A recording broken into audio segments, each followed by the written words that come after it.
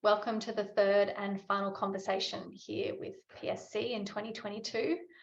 We are especially excited to be speaking with Glenn Albrecht this evening. Glenn Albrecht is an activist and environmental philosopher and has really put words to a lot of deep-rooted emotions that so many people around the world are experiencing as we face ecological collapse.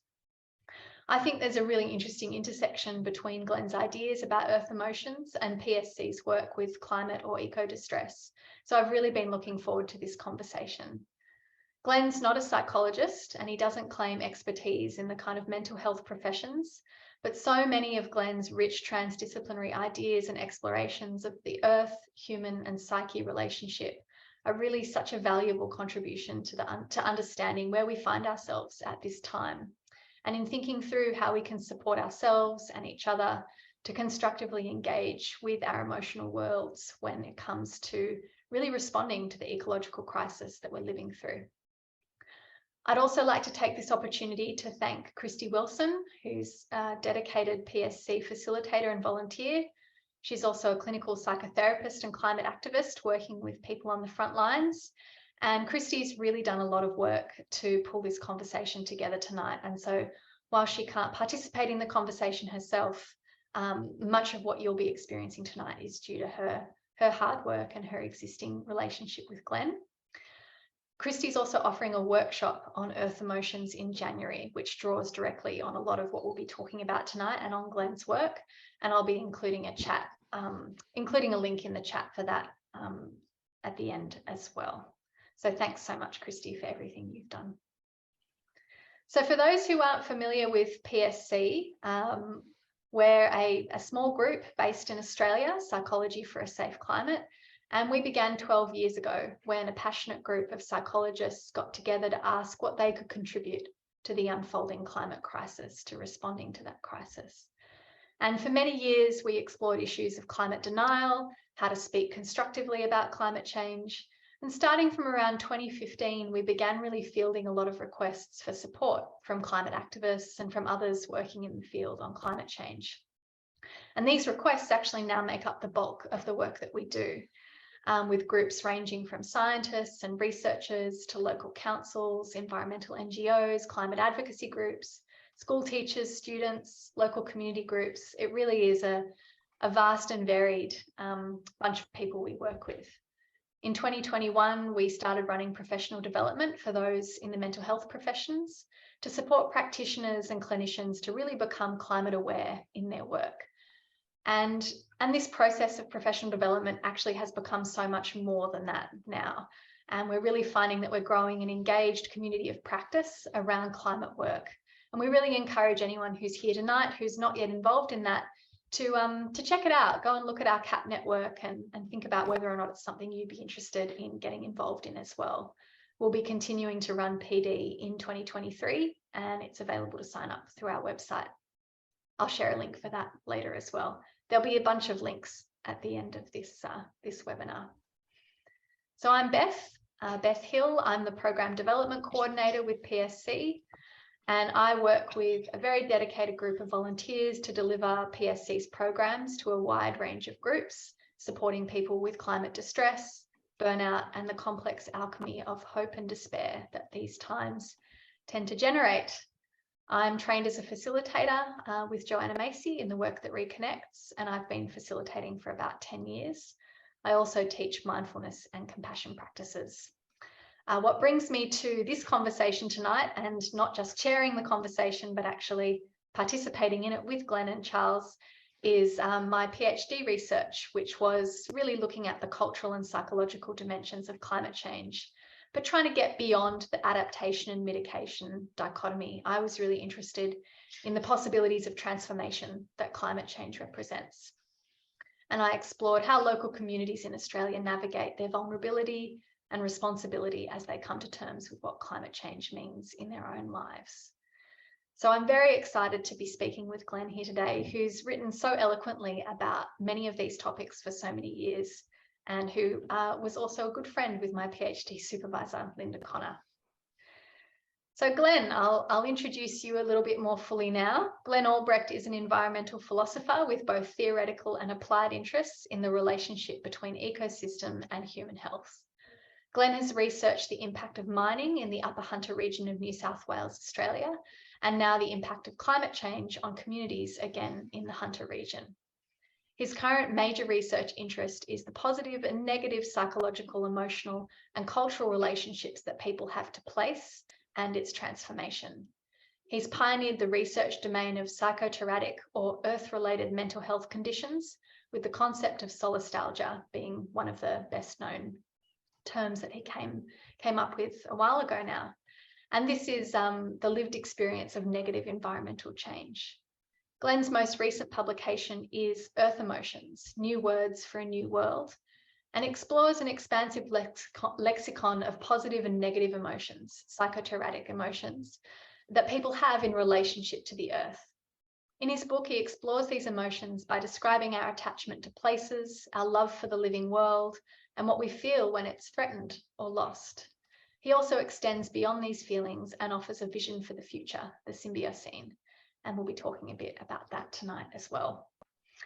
Finally, we have Charles Lefevre here with us as well, also a dedicated PSC volunteer. Charles is a psychiatrist and psychotherapist in private practice in Melbourne. He's been the chair of psychotherapy section of the Royal Australian and New Zealand College of Psychiatrists. For 10 years, he's been involved with Psychology for a Safe Climate, and he is our Deputy Executive Director. He's been interested in and has been writing and speaking about psychosocial perspectives on the natural environment and climate change for many years. This year and years previous, he's also been involved in running PSC workshops and in our CAP program. He's liaised and given a number of talks in recent years to different mental health and health organisations like the College of Psychiatrists, Doctors for the Environment, and has recently co-authored a couple of articles on climate distress with them in the last year. So welcome, Charles, and welcome, Glenn. Thank you very much. Really great to be here. Well, thank you, Beth. All right, that felt like a very long introduction this time, but good for everyone to get acquainted with who we are and some of the grounds of this conversation. Glenn, I don't know if you'd like to just start by letting us know where you're calling in from. Well, sure. Yeah, it's fantastic to be here, and thank you, Beth and Charles and Christy, for helping me get to this moment. And I also thank the Wanneroo and Warimi people of the Lower Hunter and Upper Hunter, who were traditional owners of the land where I sit right now. And that happens to be Duns Creek. It doesn't have an Aboriginal name, sadly, despite a lot of research that I've put into trying to find it. So Duns Creek is a tributary of the Patterson River, the Yimang, and I have Duns Creek running through the back of my property. And it's an ephemeral creek. It flows beautifully when it's wet, and it's bone dry when it's dry. But I was down in it literally yesterday, and it's flowing beautifully. We've had this period of La Nina events delivering enormous amounts of rain to my area. And so it's just wonderful to see the place running water. It's green. There's a cave on the edge of a rock cave on the edge of the stream with a deep pool underneath it. And I can imagine 20,000 years of kids jumping from the rock pool straight into from the rock ledge into the pool below. So it is a place that's very special, and I feel privileged to be able to live on it. Thanks, Glenn. It's really nice to get a feel for for that sense of place that you're coming from. Charles, yeah. Did you want to share where you're calling in from tonight as well?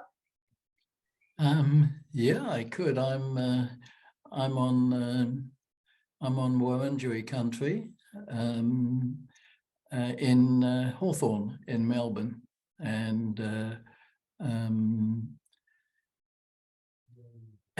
yeah, I'm in a very urban setting, not far from the Yarra River, which is flooding at the moment, although not flooding too much, fortunately. I can't say much else at the moment. That's enough for me. Thanks, Charles. Well, I'd love to just kick us off, Glenn, by asking you about this term solastalgia. It is a term that you tend to be well known for, and I'm sure there are some people here who've heard of solastalgia, and I'm sure there are some who haven't. So would you mind just giving us a brief kind of introduction to that term and how you came to it? Sure. It seems like a long story, so I'll make it as brief as I can within the bounds of making sense. Look, I've always been a nature boy.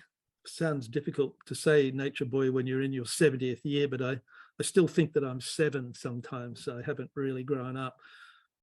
I feel that connection to nature that's so deep in me. It's from my childhood and my connections to growing up in Perth, in Western Australia.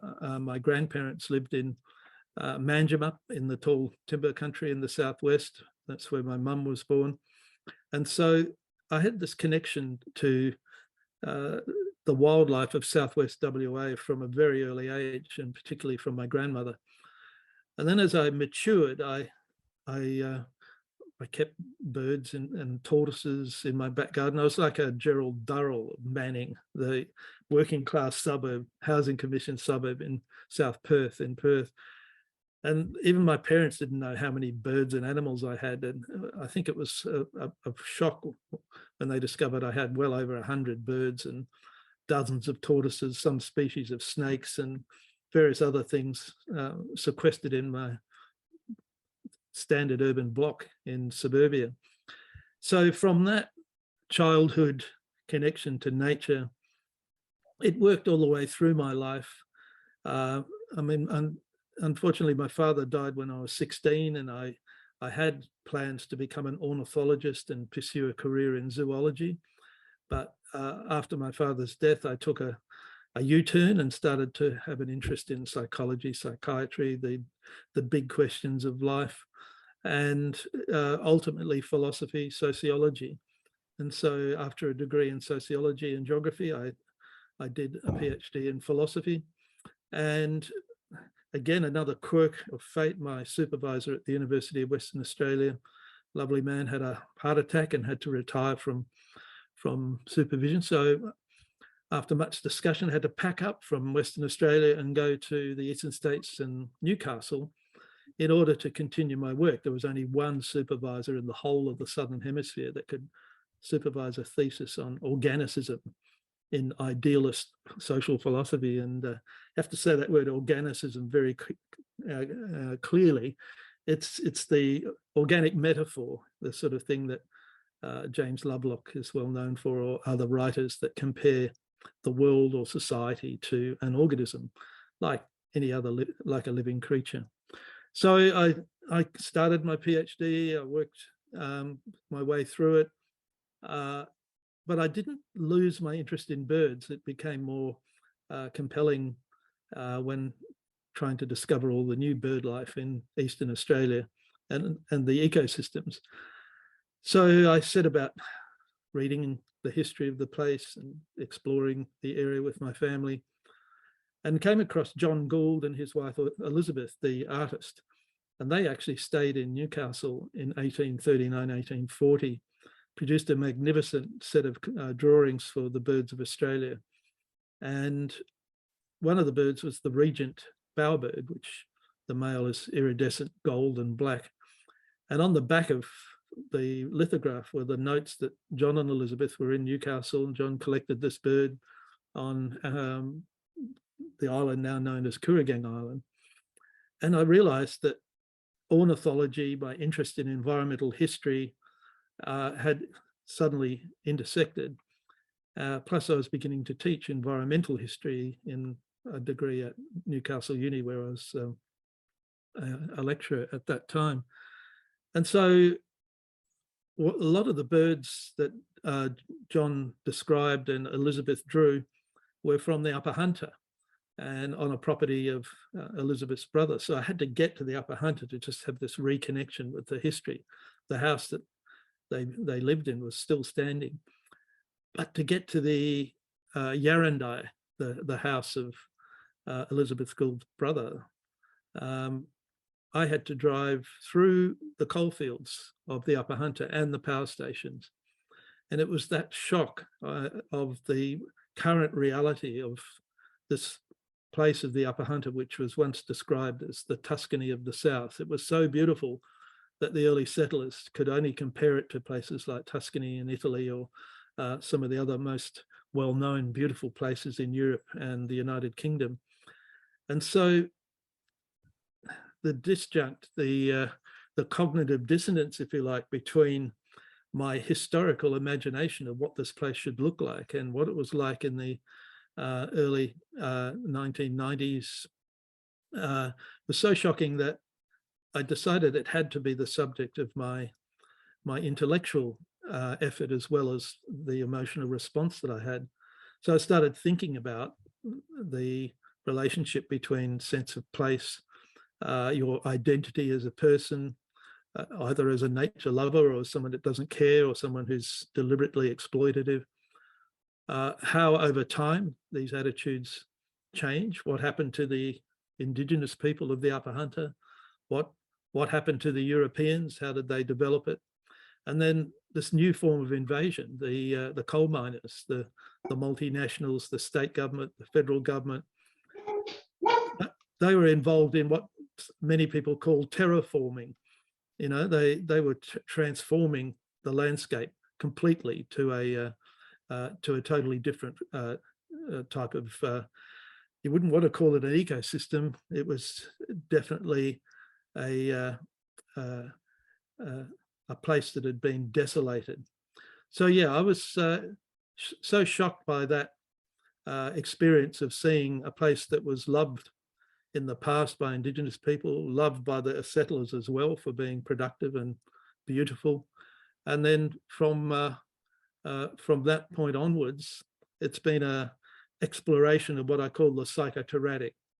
It's an exploration of this relationship between states of the earth and states of the mind, and further what kind of emotional landscape we're experiencing as well. So that's the shortest version I can give you.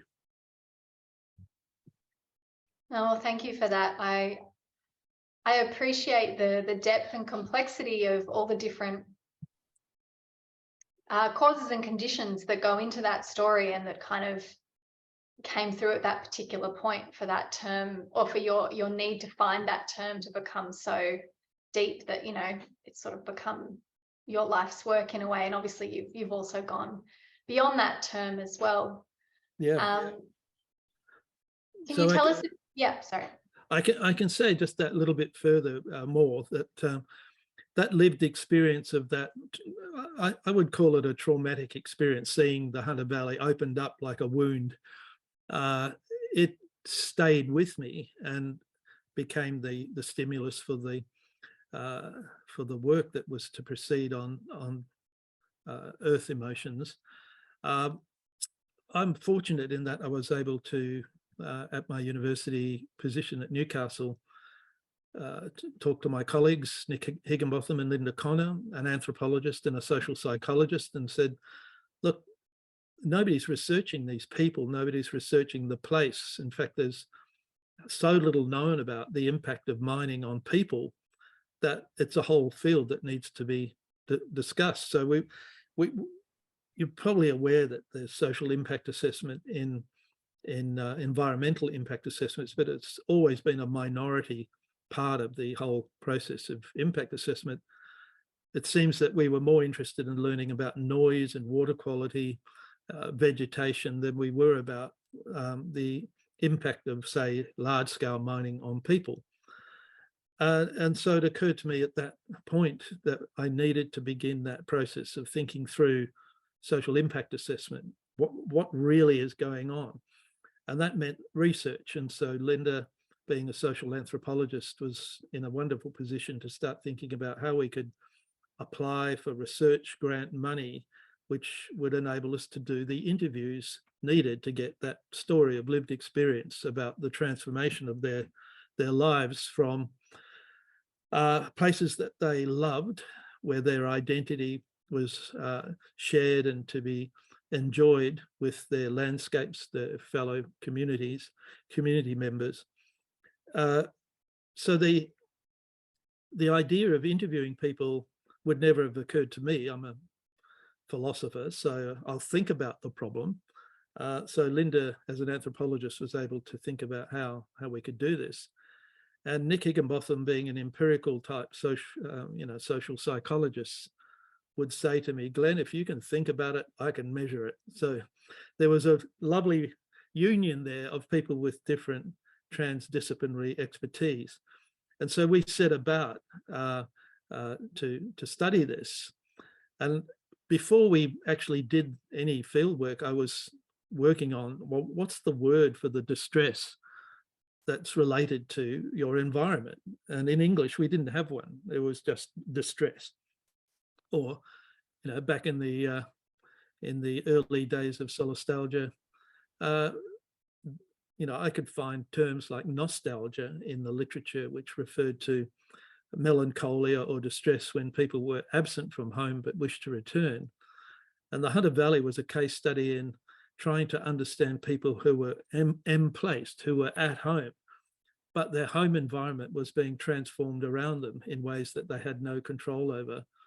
And the process of transformation was entirely negative. Every day, boom, dust, noise, the clanging of machinery, 24/7, 365 days a year, and decadal. So it was not an acute problem, it was a chronic problem. And so post-traumatic stress and other disorders that were in the literature weren't all that relevant to what I was trying to understand. Just as a thinker, it wasn't acute. It wasn't in the existing literature. The past literature was the opposite. Hoffer in 1688 had described a very powerful psychosomatic disorder, which he called nostalgia. It could kill you. It affected mainly people like soldiers who were absent from home and wished to return. And of course, nostalgia could be cured by being repatriated, to be returned to the fatherland, as repatriation technically means. And so I thought I was dealing with an algia, not in a medical sense, because I'm not a doctor. I think of algia as being a range of conditions, one of which might be neurological pain, but others are more connected to sadness, to melancholia and distress of an emotional kind. So I'd never thought of it as a medical algia. That the nostos means to return home. So it's clearly very closely related to place. And with my wife Jill, I started thinking about, well, why don't we have a word for this situation that the people of the Upper Hunter are in? It seems like a really important descriptive term that's missing in our language. Might be present in other languages, but I don't speak other languages. So I had to satisfy this task of finding it in English. Well, the net result was to build on nostalgia and create solastalgia. And solastalgia is built on the soul of solace and the soul of desolation, the nostos of nostalgia and the algia of nostalgia. And so it's a neologism that tries to put together this bumper sticker definition, which I have, which is the homesickness you have when you're still at home. And so thus it entered the lexicon, hopefully, in a journal called PAN, Philosophy, Activism and Nature, in 2005, authored by solely me. It was always going to be my responsibility if things went wrong with solastalgia, because it was my neologism. And Nick and Linda, to their credit, were just totally prepared to keep going with me on this. But I mean, because it didn't exist in the literature, we had to define it as sense of place, or loss of sense of place, which is the solastalgia component. And love of place, topophilia, the geographer Twan had defined that earlier. So it did have some connections in the existing literature, but it really just had to stand alone and just say, well, look, you either take it or you leave it. If you feel that there's a distress in you connected to changes to your landscape, your home environment, that you feel are negative, then solastalgia might help you. And the reason why I wanted to create it was that the people of the Upper Hunter had been ringing me at my desk at the University of Newcastle before any kind of research program was thought of, and they were pleading with me almost emotionally at times, can't you do something about what's happening to us? Can anybody help? Is there anyone at the university who's researching this? It's huge. We're being invaded, and our lives are being made a living hell. And I thought, yeah, of course, someone at the university should be doing this. And I had that first thought, well, somebody else must be doing it. And of course, nobody was. And so this idea of researching people was put into action. And then as we're talking to people, you realize they've all got the same story. They've all got the same cause. They're expressing their grief, their distress in much the same way. And yet they don't talk to each other in a way that shares that experience. It's almost as if they all have it separately, and they never make the connection that it's a common cause. I mean, they all know it's coal mining, but they haven't within them thought about, well, it's the place that I love that's being torn apart. It's that which I need to share with others. It's that which we didn't have a word for. And so the creation of the term helps people communicate a common feeling, a feeling that's always been there but has not been articulated. And once you share something in language, it becomes more powerful, politically powerful. You begin to be able to say to others, well, now I can share this feeling with you. I've now got a problem. I want to get rid of one of the world's biggest multinational mining companies, which is my neighbor from hell. Can we do this? Can you help? So that's another reason for creating it. I'm a political animal. The word was created, it's descriptive of something which humans experience. It's existential. It's not biological in the biomedical sense. It's a condition of the soul or the mind. Various language terms could be used to describe it. I describe it as an earth emotion nowadays.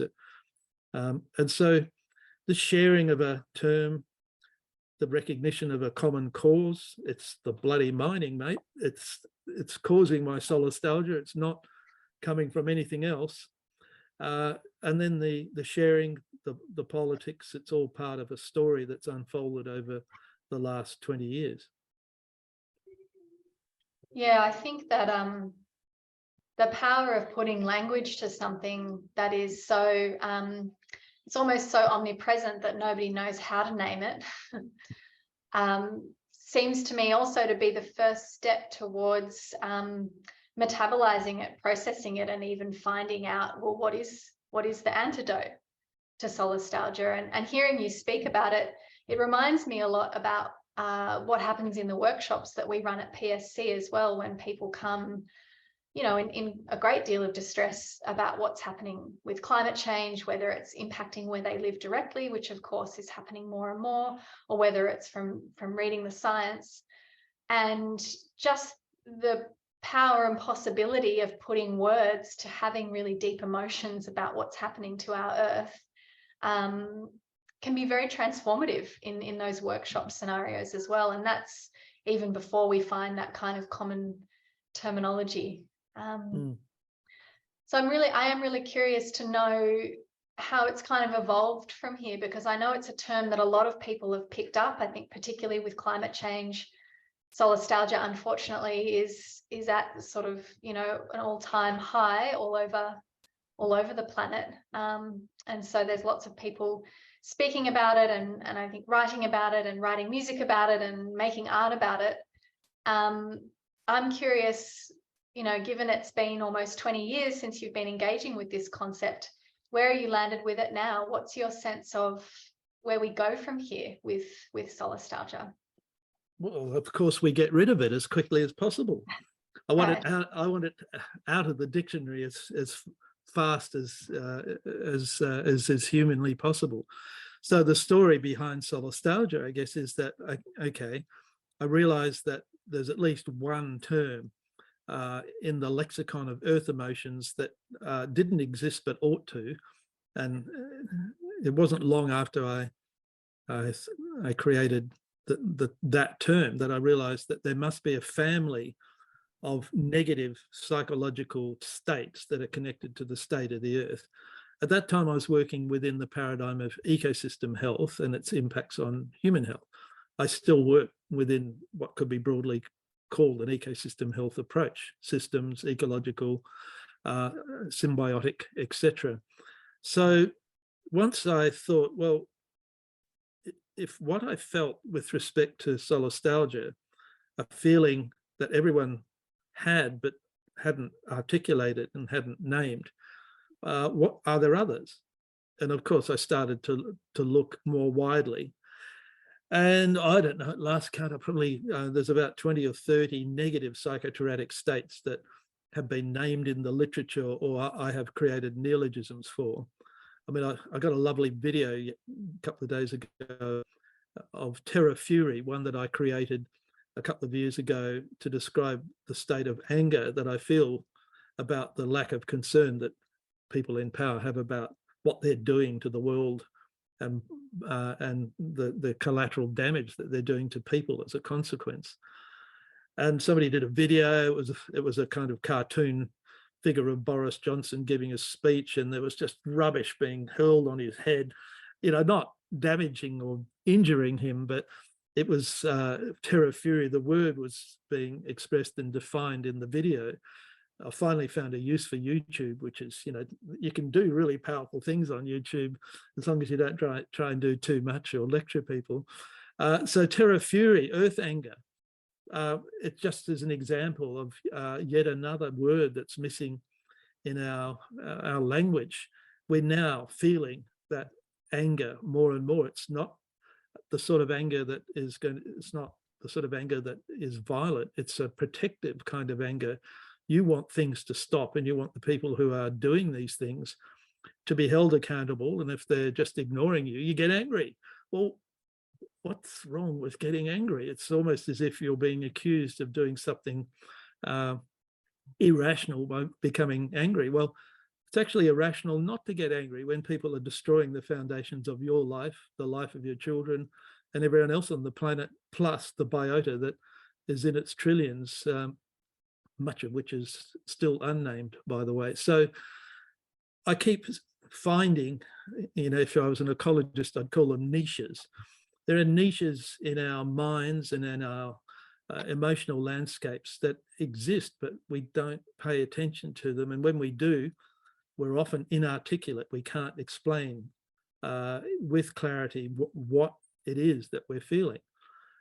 Under the profound impact of global scale environmental development, late stage capitalism, plus its impact on the climate, which is called anthropogenic climate coalescence or warming, to give it its correct term, we are now all in this new space where we're being challenged in ways that were never part of the world where languages evolved.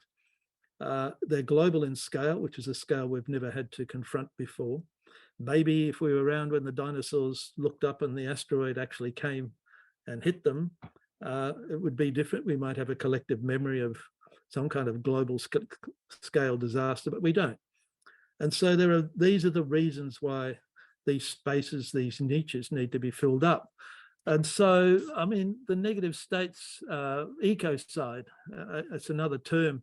It's not a personal or individual emotion, but it's a psychoterratic term because it brings up or it conjures forth within someone who dislikes the idea that we could be deliberately killing the life within ecosystems and thinking that that's all right. I mean, ecocide is like homicide. It should be a crime because to kill life, we are a life form, unless you've got some damn good reason for it, is running against the grain of life. And in most cases, it's it's countering our own ability to enjoy life for ourselves. So eco-anxiety, there's biophobia.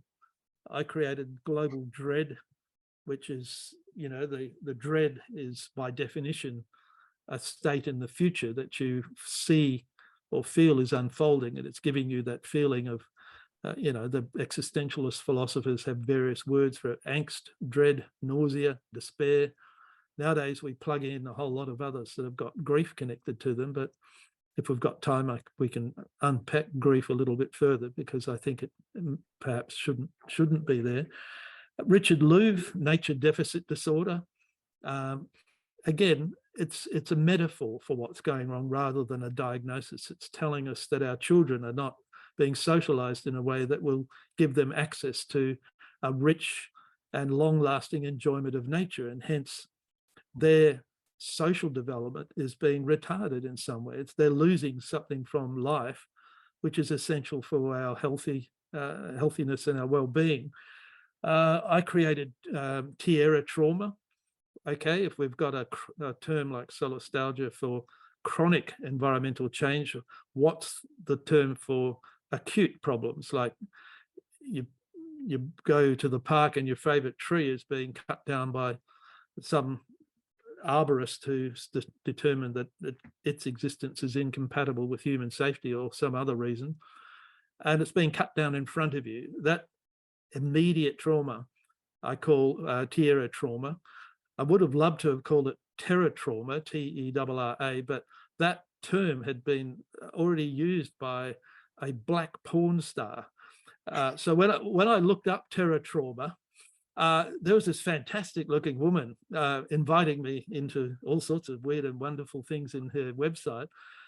And I thought, oops, can't do that one. So tierra trauma was born out of the porn industry denying me access to terror of the earth.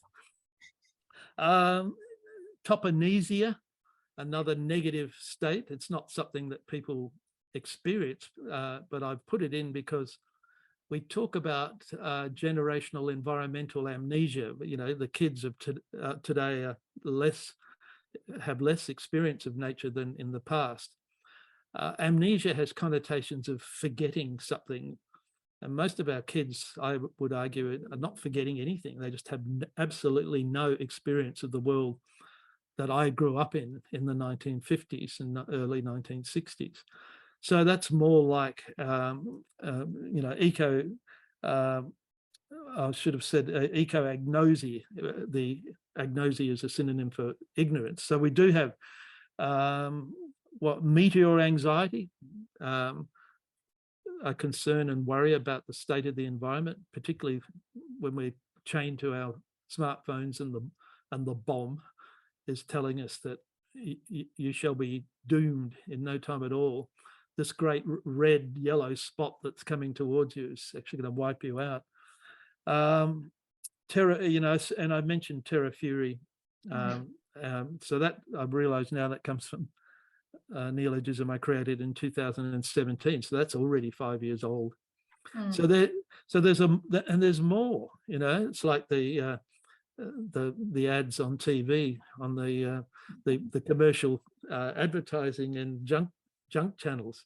But wait, there's more. And so there's actually no shortage of negative earth emotions and feelings that I've now started to put together. The worst I think I've come up with is muicide, M-E-U-A-C-I-D-E. Mu is connected to motions, emotions, and it's the extinction or the death of our emotions. That's a bit like nature deficit disorder, in that gradually this world is stripping us away of our ability to have emotional responses, negative or positive, to many of the things that are going on. We're just our emotions are being hijacked and turned into algorithms and blotted out. So yeah, I'm good at really bad words. In fact, better at them than I am at the really nice ones, but I'm sure you want to know about some of the nice ones as well. Yeah, I would. I'd also just like to say that, you know, I think what I appreciate about what you're sketching out here is really the deep interconnection between what is happening to our earth and what happens within our psyche, and that they're not actually separate things. And I know you talk about this a bit in your book, Earth Emotions, but I think what so many of these terms draw forth is that really deep connection between what moves in us and what is moving out there, and that there's a relationship between them. Whereas, of course, historically in industrial Western culture, there's been this idea that nature is somewhere out there, other, different from us, that we can do all of these different things and that we won't be impacted by it. But of course, this is the lesson of the 21st century. We are the earth, and what we do to the earth, we're doing to ourselves. I would love to hear some of the positive earth emotions, as you call them, as well. But I'd also love to hear, I know you've also, I guess, been exploring, practices or ways to engage with earth emotions that can help people transform some of these negative emotions and find kind of constructive action. So I'd love to hear a bit more about your thoughts on that as well, but I'll let you take it where you'd like to go. Oh, well, all I wanted to say, in addition to that list, if you like, is that they to me are signs, symptoms of the Anthropocene. So we need to understand that this period that we're in, whether it's geological or just a term that's convenient to use to describe pretty much everything that's going on the planet right now, the Anthropocene has its own set of negative earth emotions. It's driving the solastalgia, it's driving the dread, it's driving the anxiety. And so obviously the connections to Anthropocene, anthropogenic climate change, anthropogenic development, they're all connected to humans doing what humans do at this stage of our history.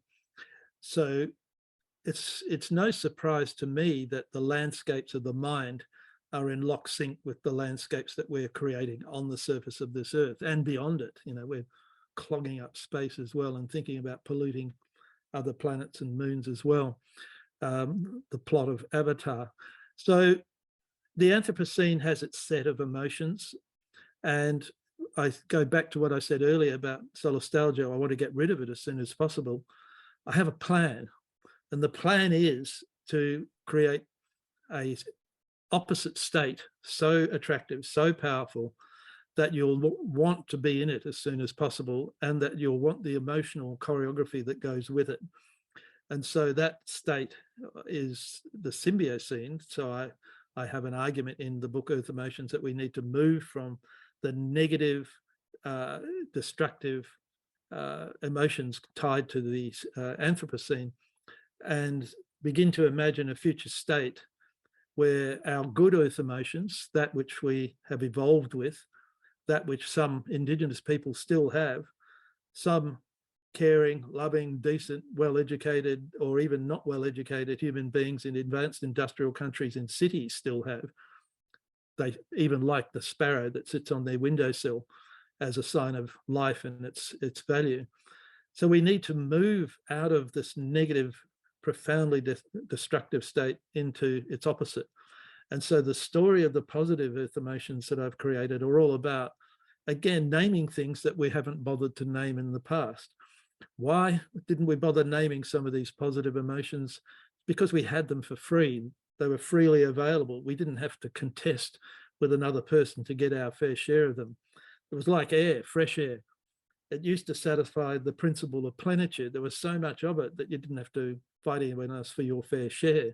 Well, the same with our emotions, and particularly our good emotions. And so, briefly, I mentioned topophilia by Tuan, love of place, biophilia from Eric Fromm and E.O. Wilson. I've created Euteria, a good earth state, a bit like the feeling that people have when they're in the perfect surfing wave. You're at one with the wave, you're at one with the earth. There is no knower and no known. You're completely merged. Used to be called that oceanic experience in Freudian psychology and also in some Christian traditions. Too many words. I wanted just one.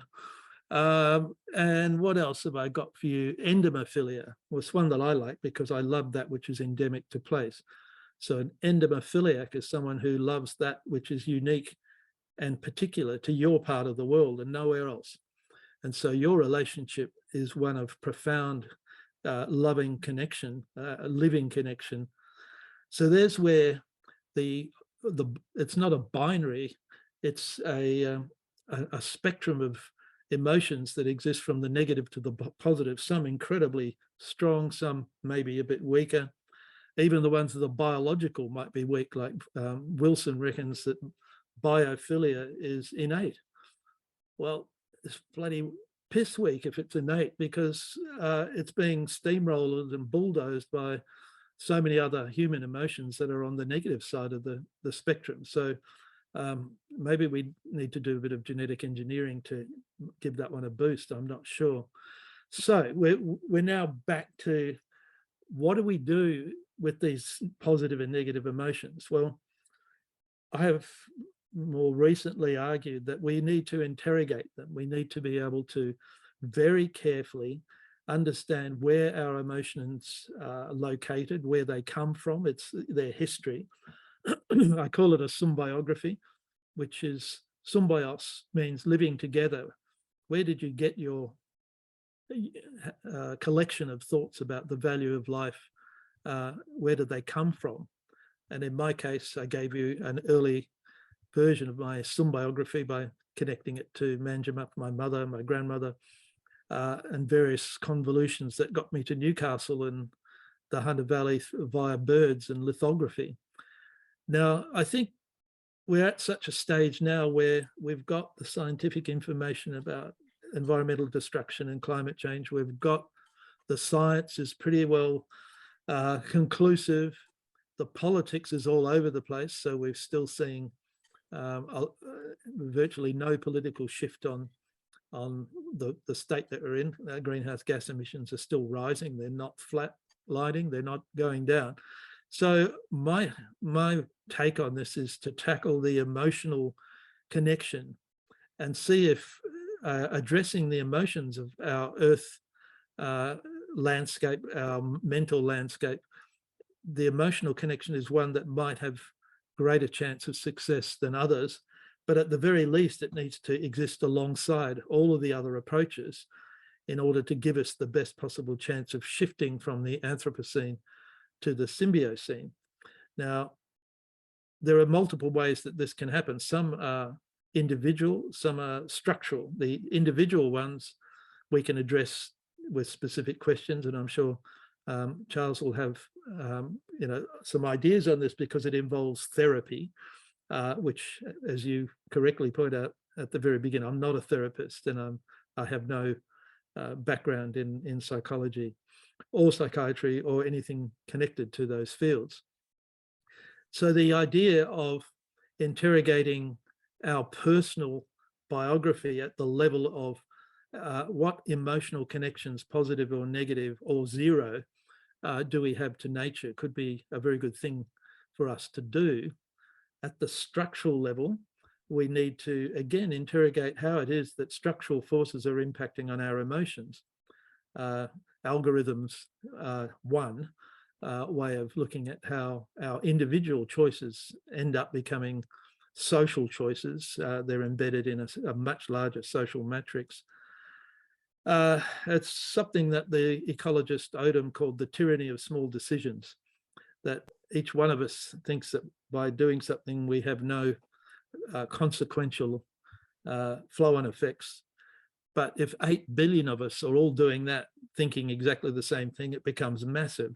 So I see no great distinction between individual and structural issues that we have to deal with. We have to deal with them simultaneously, because they're, an ecologist would say they're interrelated. You can't deal with one without also dealing with the other. That makes life hard, doesn't it? Can I just jump in? Please do. And look, I guess we probably all agree that psychology, psychiatry, psychotherapy, psychoanalysis has at best ignored our relationship to nature and to the planet, and at worst has really denied it. And I guess, well, what you're saying, I mean, all your work has really been very helpful in the sense of making that connection in terms of having, discovering the names, giving names to various earth emotions. I guess I'm particularly interested in, how, well, I guess you were alluding to it just a couple of minutes ago, how we can actually use it in individual practice, how we can, instead of maybe starting off, or in addition to saying, how's your relationship to your mother, saying, how's your relationship to the earth? And I know this is what you talk about in the symbiography, and I think that's something we can really, I wonder whether, well, particularly that, but also other things, which I know you're not a mental health professional, but it can give us inspiration as to things we can, ways we can operate in practice. And I think a symbiography is a great way where we can really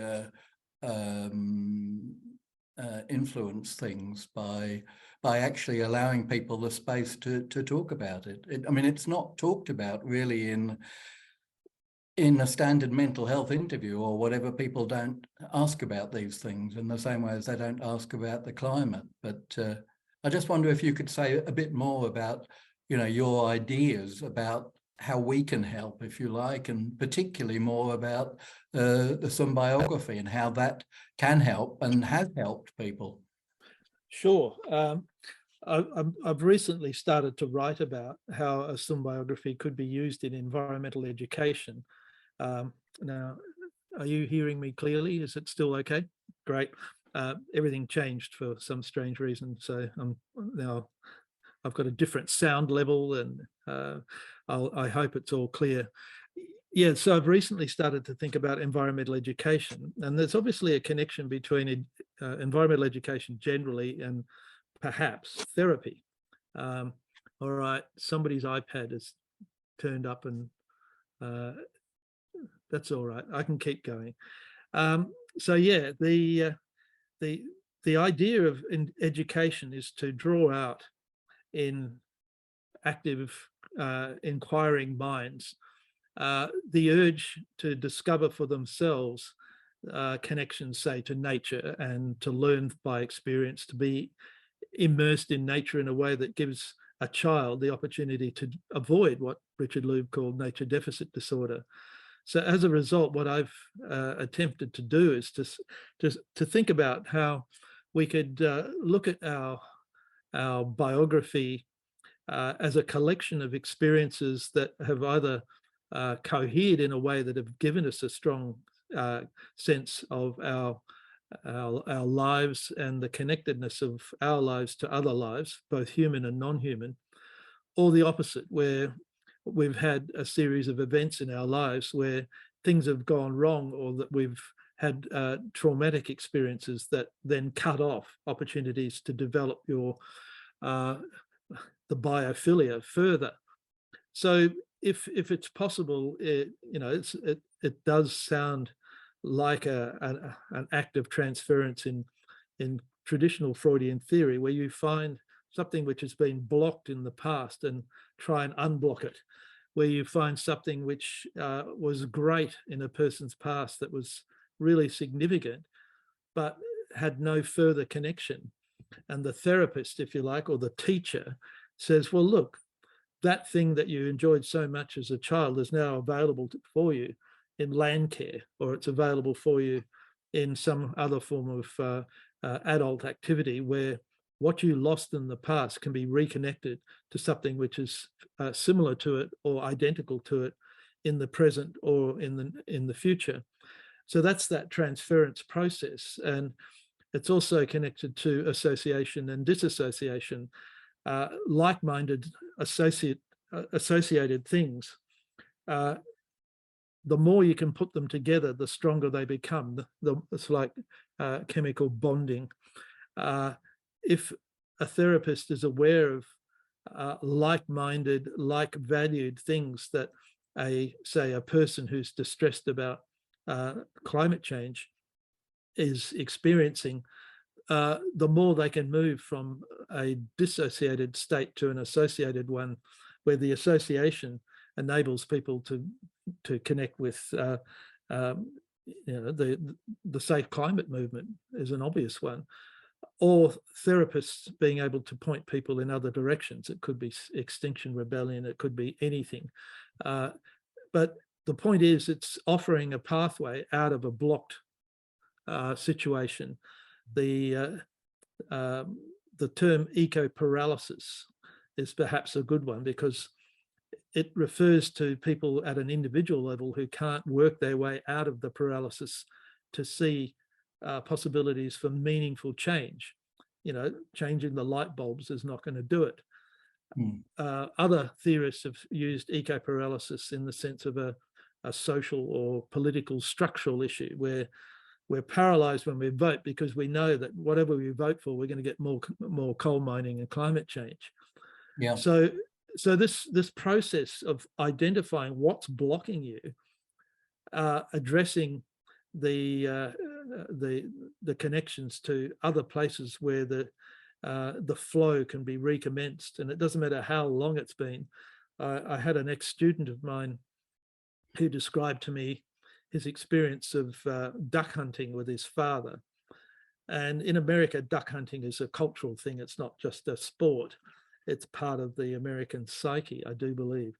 Anyway, the story, as told to me, was that his duck hunting with his father was a very special bonding occasion, because his father was a businessman, very, very typical busy. He hardly ever saw his dad, but when you go camping and duck hunting, you're with dad, and it was fantastic. So it was one of the major bonding things. But this young man explained to me that he had, even as a child, some kind of deep-seated worry about blasting ducks out of the air and getting enjoyment out of it. He didn't describe it in exactly those terms, because there is the art of shooting, the being accurate, all those good things, being a good shot. But later in life, he began to think about bird conservation, and this feeling of the connection to his father became more difficult for him to reconcile with a love of life, of biophilia, or ornithilia, if you like, love of birds. And so he had to overcome that issue in order to go into a career of, he now has a career in bird conservation in one of the major bird conservation organizations in North America. And I'm sure he's on really good terms with his father. But that's an example of he read the chapter on symbiography and earth emotions and wrote to me and said, you started this process of me thinking about how did I go from duck hunting with my dad to duck conservation. There's a pathway there that can be followed. And so I've written up that as a little case study. And there's a landscape architect, again in the USA, who's using the symbiography as a way of helping her landscape architecture students understand their personal connections to nature. How did they form? Again, it does involve talking about your mother sometimes, but it's all significant others. It's events. One young man, his birthplace was central United States, had never been to the sea, went as a young man and found it so badly polluted that it was a hugely negative experience to see the ocean. So his first ever experience of the ocean was one of dread. It was one of horror. And so he had to work his way through that. Having never experienced the ocean, he went back to reading about the ocean in books as a child, having a bit like me with the upper hunter. He had this expectation of Tuscany and a rich bird life, and instead he got open cut coal mines and pollution. The ocean was full of garbage. The shore was polluted. And so there's how you use the symbiography as a therapeutic tool. It begins to open up possibilities of why you are the way you are, why you respond the way you are. And the moment you do that, it opens up the possibility of responding in different ways, of being offered by a therapist, for example, help in seeing that there are new spaces, new associations, new symbioses available to you. And that's something which can be incredibly empowering. Now, I have no idea if it works because it's kind of new. I don't think there's a practice of some symbiotherapy anywhere on the planet, but why not? Why indeed? It can be part of existing therapy, or it can be developed as a, not as a specialization, because it involves so much knowledge of other transdisciplinary parts of a person's knowledge base. But I think psychiatrists and psychologists who are interested in something like the climate are having to move into that space in any case. They've got to know physics, they've got to know geology, they've got to know ecology, they've got to know what's happening to humans in the light of that. I think my latest way of thinking about that is safe operating space. You know how the Rockstrom et al. And the Earth Systems people talk about, it's part of the donut economics story as well, that we have to operate within safe operating spaces in terms of the nitrogen cycle and the water hydrological cycle, the carbon cycle, etc. But we need a safe operating space within our minds as well, because again, the two spaces are connected. We fail to see the instant connection. The early eco-psychologists taught us that, if nothing else. And so I hope, Charles, that's the answer, is that this is a way of exploring something that hasn't been opened up before. It's like the story of solastalgia. We all have it, we all experience it, but unless somebody's got the skill and the willingness to engage in, well, how do we follow this path? How do we get off it? What are the key things that we can do? And if it's, I mean, I talk about Extinction Rebellion and school strike for climate change as responses that some people might need, but there are a million others. You know, there's certainly no shortage of places where people can find an outlet for their repressed biophilia, ecophilia, solophilia, whatever it is you want to call it. They're all different, all subtly different, all different niches. Yeah, thanks, Glenn. Sorry to cut you off there, Charles. I just tracking time and wanting to make sure we give a little space to any people in the audience here who might have some questions for Glenn. And I also just wanted to reflect that I think some of what you're describing, the symbiography, can also be done in collective spaces, and that is already happening, certainly in PSC workshops. We work with open sentences, and we often get people to reflect on places that were magical or wonderful to them as children. And it's really fascinating to see the way that warms up a room and really enlivens people and creates space for then sometimes really hard conversations about the climate reality in that context. But it situates it within something a bit more grounded, situates it within their kind of biophilia. So yeah. Yeah, and also actually when we used to run our art workshops, when people expressed all sorts of difficult emotions in art, after that they would find an object, and often that object would be a natural object and would bring up all those biophilic responses. So we are sort of unconsciously, if you like, using some of your ideas. And well, that's great. I mean, the eco-psychologist Hillman also spoke about the power of art in taking us out of ourselves and into the external world. It pulls us out of our ego and into a wider space. So, yeah, the early eco-psychologists were also really in tune with the importance of artistic creativity in this whole process of what I call transference, or moving from a dissociated state to an associated one. Now, just for your group as well, you might wonder why I call it sumbiography with SU instead of sim. And it's because the SU, symbios, comes from the Greek for companionship or living together. It's the root word for symbiosis, which is a neologism created by German scientists in the 19th century to describe the relationships between organisms and the interrelationships and relationships of dependency. So symbios was actually a social concept to describe what goes on between humans, and it was appropriated by biological scientists to describe a new subscience or subdiscipline of biology. So I want the social to come back again.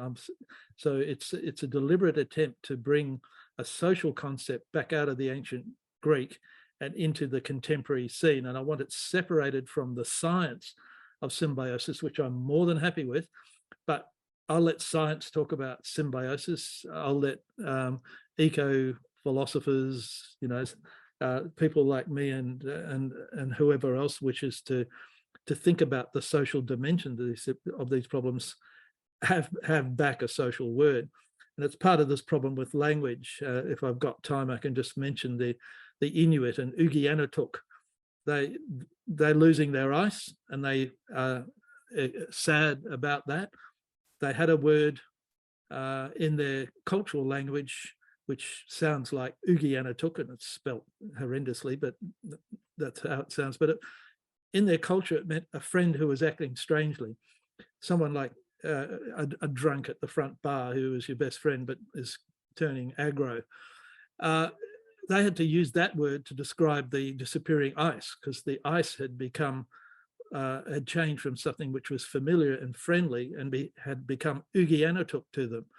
So they didn't have a word in their language to describe the environmental changes which were affecting their emotional states as well. And so this is just a brief plug for the importance of language and just what a new space we're in. And the reason why it's a new space, I explained earlier, that the conditions under which we're having to work and think have never before been felt in human history. It's brand new. Yeah. Oh, thank you, Glenn. So much food for thought there. It's been a really wide-ranging conversation, and I'm really curious to just open it out for maybe 10 minutes or so to hear any questions that people have. Cheers. For Glenn. Yes, cheers. Time for a glass of wine. I agree. I don't have one with me, but I've got my water bottle. So yes, I can see someone's got a hand raised. Yeah, Carol Ann, would you like to unmute and ask your question? Thanks very much, Beth. I just two things. First, I very much want to express my appreciation, Glenn, for your generosity. I think that you have offered to us an incredible new toolkit is kind of one of the words, but I sort of like a play space.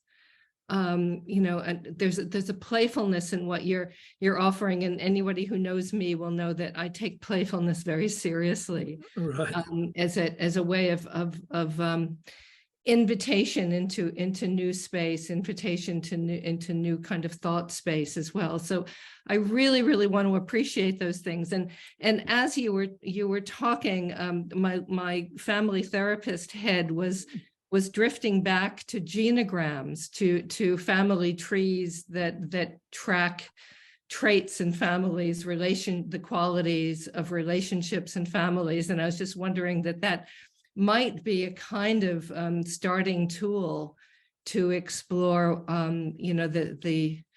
the changing relationships that we have with place and space, and how that interacts with our and is influenced by our relationships in our lives. So I was just sort of trying to think, what was the word for the symbiogram version of a genogram? But I just wanted to thank you so much for your generosity. Well, thank you for those kind words, and I hope you can develop that very tree-like analogy further. The landscape architects, when they put their symbiographies together, these are young people by and large, early 20s, skipping stones with grandpa, doing things with grandmother, like picking fruit off a tree. These turned out to be some of the most important memories that they have, and seriously shaped how they felt about the connections between their family history and where they are now. Why did they want to become landscape architects? They're a bit like me asking and trying to answer the question. Oh, yeah, I actually wanted to be an ornithologist, but I ended up becoming a bloody philosopher. How did that happen? So I had to go back and try and figure it out. And that made me realize that a symbiography could be a useful addition to the whole set of things that we need to tackle the massive impact of these global scale changes that are hitting us so hard. So all I can say is all power to you. Plus, the symbiocene is free. And once you're in it, you can never get out again. Anybody else got a question for Glenn? Feel free to type it in the chat if you'd rather not speak it. Oh, I'm afraid I don't open chat. I'll read the chat for you, Glenn. Oh, good. I'll open it later, but I don't open it while I'm trying to do things. Yeah. It's hugely distracting. Yeah, so any other questions or responses to what we've been talking about? Yeah, Rod, I can see your hands up. Hey, everybody. How are you, Beth? Good to see your face after Yeah, good to see you a number of times. Yeah, cool. Rod. Hey, everybody. Glenn, yeah, a lot of what you said is I found spot on. I'm just sort of affirming it because I lost everything in the fires and Black Summer. My commiserations. Oh, shit happens, mate. It's all right. Not if it's made by.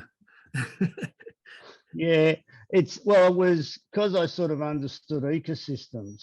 I still, and to see it get destroyed and then go back up, and I sort of drove through flames, all sorts of stuff, got burnt and all the rest. But when I went back up just to see it and then go back about 5 months later and it was still dead because of the ferocity and the heat of the fires, which was the climate part. Yeah, it's I've actually messaged it saying if you want to have a yarn afterwards, because it was it was quite profound to see something mile after mile just gone and silent. And the silence. Well, they're all solastalgic moments. I've worked with American photographers and others that have tried to get that same understanding from the Paradise fires in California and places like that. That I understand the depth of despair that comes out of that. Like when I went through, and I'm only sharing it only because it's relevant, but about 5 days later when I got back up, what animals had survived, roos and monitor lizards, possums, most were burnt. So they were dying. I lived off the grid deep in the bush. Yep. And I went looking for some of I had wombats and koalas I was looking after anyway, and I went looking for them. And just to walk through wilderness that you could see through and the silence. And then now and then I saw a dingo or I saw a roo that were dying, trying to get away, falling into the fires, the ashes, trying to get away, Yeah. It was just, I'm sharing it because if you haven't been in it, it's words. It's you don't think of that. You don't think of what I saw and then had to do. So yeah, you're onto something, is I suppose what I'm saying. And because we're experiencing, as you said, this is completely new. We're feeling completely new emotions, and so we have to put words to them. Well, we'll do our best. It's work in progress. I'm more than happy for people who can see more subtle, more powerful, more linguistically appropriate ways of describing things. But unless someone makes a start, we remain on mute. We've had one word. Sorry, but at the butt in. But we've had one word that's got us through and it's the word fuck. Yeah. It has all different connotations, and yeah, so many times people just said, "What the fuck?" or "Did you?" You know, and Oh, well, that's the I'm word with you people. on that one. Yeah, it's a good word, but I like the fact you're adding some good new ones to. Well, I've got one Anyway. called fuckredulous, which means what the fuck. Yeah. Yeah. Well, it's I, I'm just. I wanted a polite Sorry, you go. academic version of the same word. Yeah, I've got one for you. just briefly with that, because when I just do activism, and I'd watch trees get cut down the size of houses, there was the fury, and then there was the sorrow, but there was also the violence. What you can do with a 60-cent bag of sugar was pretty profound. So, but you don't have a term for that yet. Well, you might have to read my book. I talk about money wrenching rather than monkey wrenching. Monkey wrenching, yeah. Well, that's part okay. of the sugar story. Right. So yeah, I know it well. But money wrenching Cool.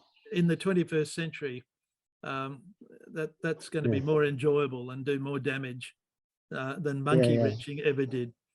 But anyway, we'll have that conversation, not tonight, otherwise I'll fall over from lack of food.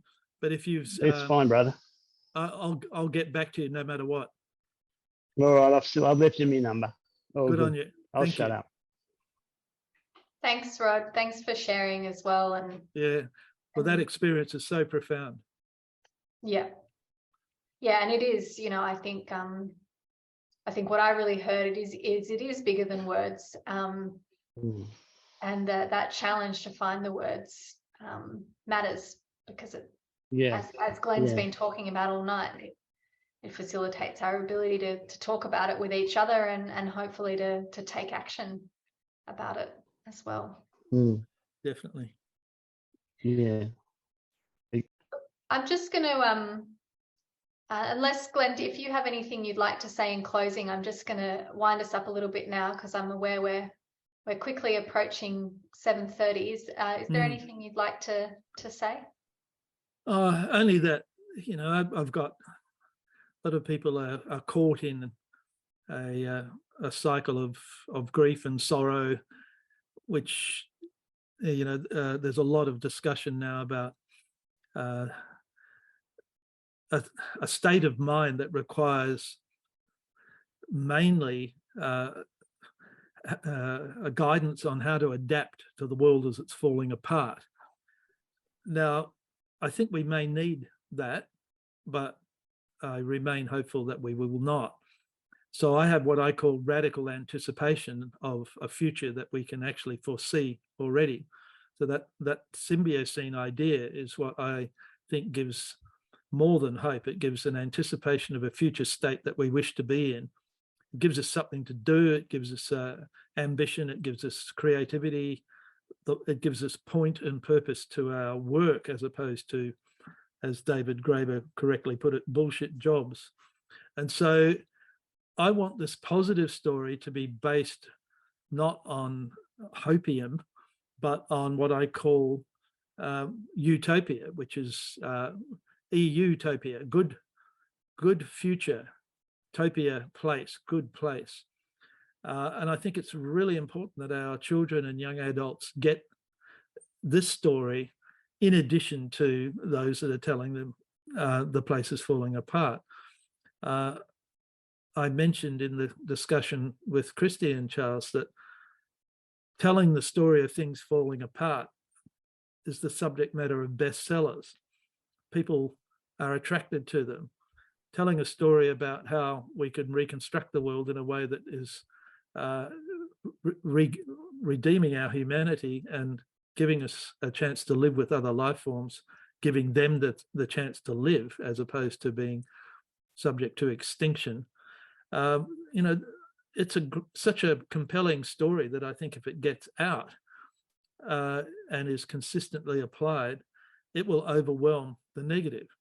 And so there's this dialectic occurring between the forces of destruction at the level of academia, artists, artworks, creativity of all sorts, novel writers, journalists. At the moment, it's so ridiculously skewed towards the apocalyptic future that it's no wonder our kids are experiencing such terrible mental states.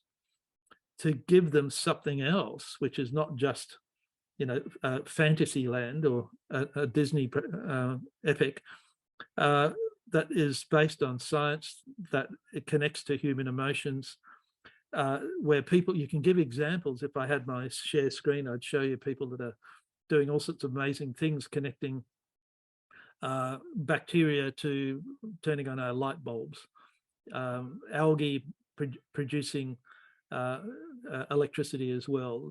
There's no end to the ways that we can start thinking about how our human life can connect with other life forms.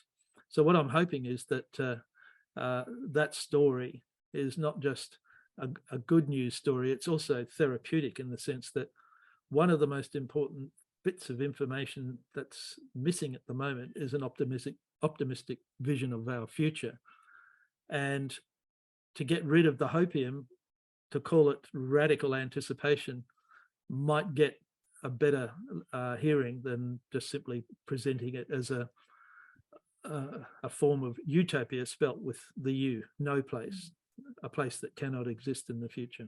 Well, I almost feel like we have to invite you back, Glenn, just to talk just about that. Like, we'll start the conversation there, because I do feel like you really have a lot to offer there, and I feel like it's a story that needs to be told. So we don't have time tonight, but I would really love to delve further in that direction. Well, here at Wallaby Farm in Duns Creek, I'm ready for a challenge.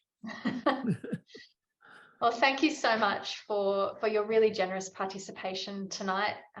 It's been a fascinating conversation, and I've learned so much from all of your work, and I'm deeply, deeply grateful for what you're offering to our movement, within Australia and in the world as well.